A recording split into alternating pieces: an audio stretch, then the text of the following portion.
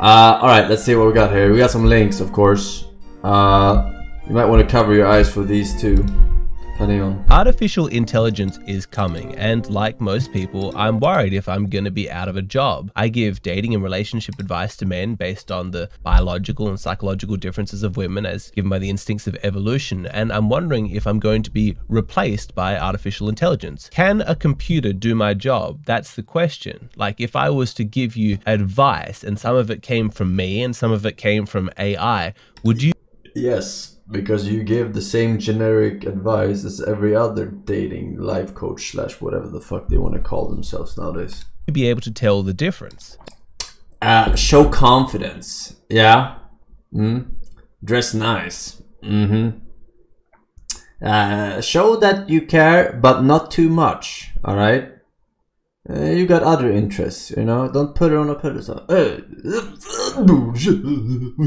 Yes, an AI can replace you. That's what we're going to test in this video. I've got some questions that I'm going to answer, and some of these answers are going to come organically from me and some from AI. So as you watch, you're going to guess which of these answers comes from me and which comes from a computer. First question, is it true that women are hypergamous and only date top-tier men? Hypergamy is the female instinct for women to select for men who have good genetics and survival prospects. It was positively selected for by evolution to make sure that women only had children with impressive men. This instinct exists inside all women, as shown by their preference to date men who are tall, good-looking, wealthy, and famous. However, it is not true to say that even though all women are hypergamous, they only date top-tier men, for the simple reason that there aren't enough top-tier men to go around. A few select women will get their partner of choice, but the rest will have to settle for middle and lower-tier men. So what do you think? Did that answer come from me, or did artificial intelligence write that and I simply spoke it out loud? I'll tell you whether or not you guessed right at the end of the video. Next question. I'm a man and I feel like I want to make lots of money, accumulate lots of power, and have lots of sexual partners.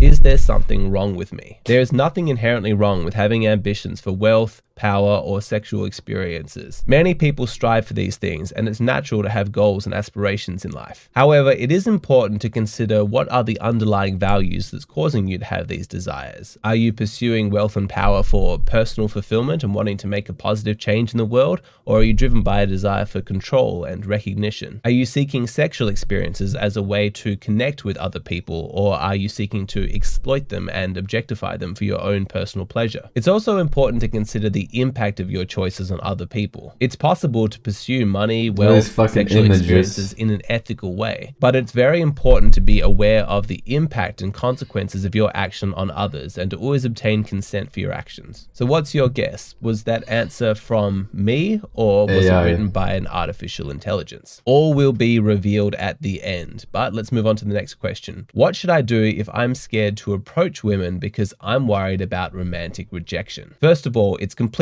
normal to be a bit worried and anxious about approaching women and the possibility of rejection. Here are 4 tips that might help you. Number 1, work on building your confidence. Confidence is absolutely key when approaching women, and there's lots of ways that you can build your confidence with increased fitness, developing your social skills, practicing good hygiene. Number 2, change your mindset. Do not approach women with the possibility of rejection in mind. Think of every interaction as an opportunity to learn and grow, and remember that rejection does not define your worth as a person. Number 3, start in small steps. Instead of trying to approach women in really high pressure situations, just take it easy to begin with. Try just starting conversations with strangers or join some social groups. These smaller steps can help you build your confidence so that you're ready for the more high pressure situations later on. Number 4, practice makes perfect. The more you practice approaching women, the easier it's going to get. Try and approach women in a variety of different settings and situations so that you can become more comfortable and confident. But just remember that rejection is a natural part of the dating process, and it happens to everyone. The most important thing is to stay positive, keep trying, and learn from your experiences. That's good advice, I reckon. The only question is, did I come up with it, or did artificial intelligence? Next because question. It's fucking shit. My girlfriend lied to me. She originally told me that she'd only slept with 3 men in the past, but she just admitted she has slept with 20 men. This is a big deal for me because I'm attracted to women who have a low partner count. Should I be worried? It is natural for men to be attracted to women who have a low partner count, because a big part of sexual attraction for men to women is the desire to have paternity certainty. Evolution reinforced the male preference for virginal women because there's a much greater likelihood that any children she bears are going to be his. Therefore, it's normal to expect that a man is going to have a big emotional response when details about his partner's sexual history come to light. There's also evidence to suggest that promiscuous behavior in women can reflect poor self-esteem and even destructive tendencies. Whether or not the relationship has to end is going to depend largely on the quality of the person that she is now. I want to do more of these guessings. I've actually got an extended version of this on my Patreon. Where's the